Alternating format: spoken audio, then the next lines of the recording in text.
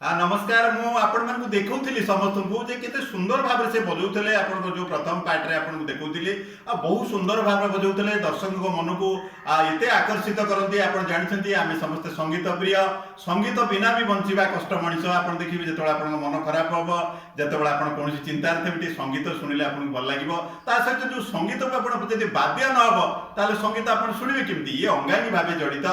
जेमते माछ पानी बिना बंची परिबो ना आपण जानछंती छटपट होबो तेणु ये संगीत आम जीवन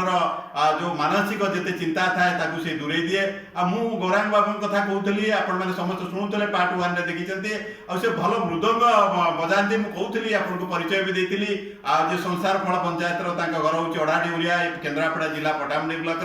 ओडिशा और ओडिशा बाहर जो मैंने बाहर दिल्ली दुबई बम्बे कालकाटा देखुंटे आपण मैंने बहु हजार हजार संख्यार मो वीडियो को वाच कर धन्यवाद जनाऊे आउ कौन आप परिचय देवे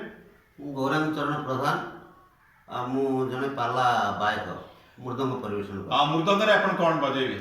मृदंग रे मु खंडे श्लोक बजेबी गीत गोविंद काव्यर द्वितीय श्लोक वाद्य खंडे बजेबी से श्लोकटी बजेबे बजा बाग देवता चरित चित्रित चित्त सदमा पद्मावती चरण चारण चक्रवर्ती श्री वासुदेव रतिकेली कथा समेतम मेतम करती जयदेव कवि प्रबंध पुरी जिला केन्दुबिल ग्राम जन्मग्रहण करते जो जयदेव 10 वर्ष बयस होता बेले तांकर पिता भोजदेव माता राधादेवी छाड़ी चलीगले से अवसर में सी जाकि नीलाचल क्षेत्र में पहुँचले प्रभु को डाकी डाकी